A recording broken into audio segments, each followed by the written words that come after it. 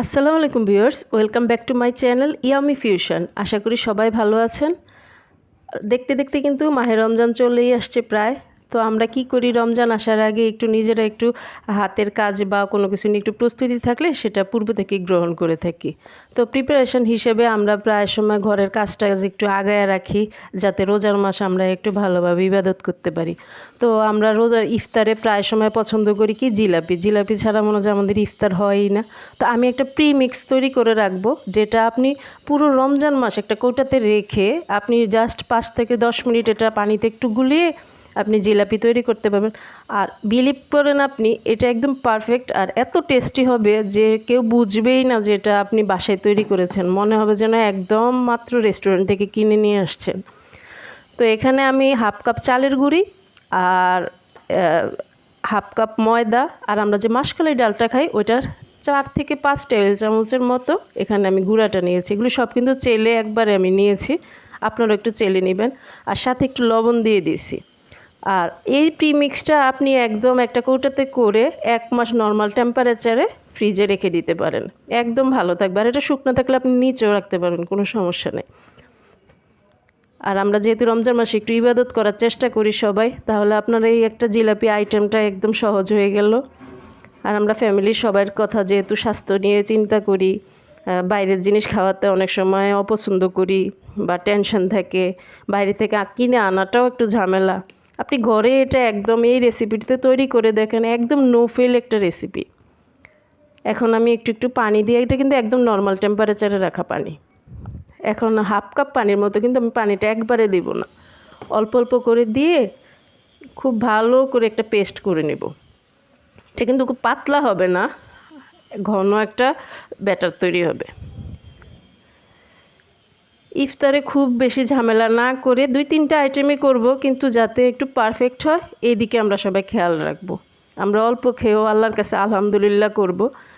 সব অবস্থায় যাতে আমরা শুকরানা আদায় করি, এটাই আমরা আসলে আমাদের কর্তব্য।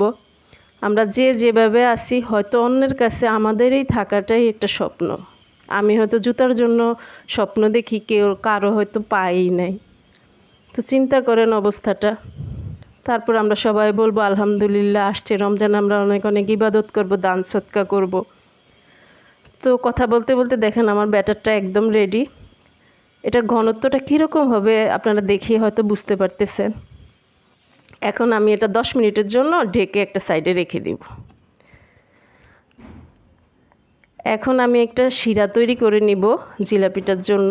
এখানে আমি 1 কাপ চিনি নিয়েছি আর 1.25 কাপ পানি দিব। পানিটা দিয়ে ভালোভাবে একটু নেড়ে চিনিটা মিশা পর্যন্ত অপেক্ষা করব। এই শিরাটা কিন্তু খুব ঘন হবে না, আবার একেবারে পাতলা হবে না। এটা চুলায় চিনিটা গলে যাওয়ার পরে, ফুটানোর পরে 2 থেকে 3 মিনিট আপনি রেখে দিলেই হবে। আর এটার মধ্যে আমি একটু জর্দার কালার দিব। এটা কিন্তু একেবারে অপশনাল, আপনারা চাইলে এটা স্কিপও করতে পারেন।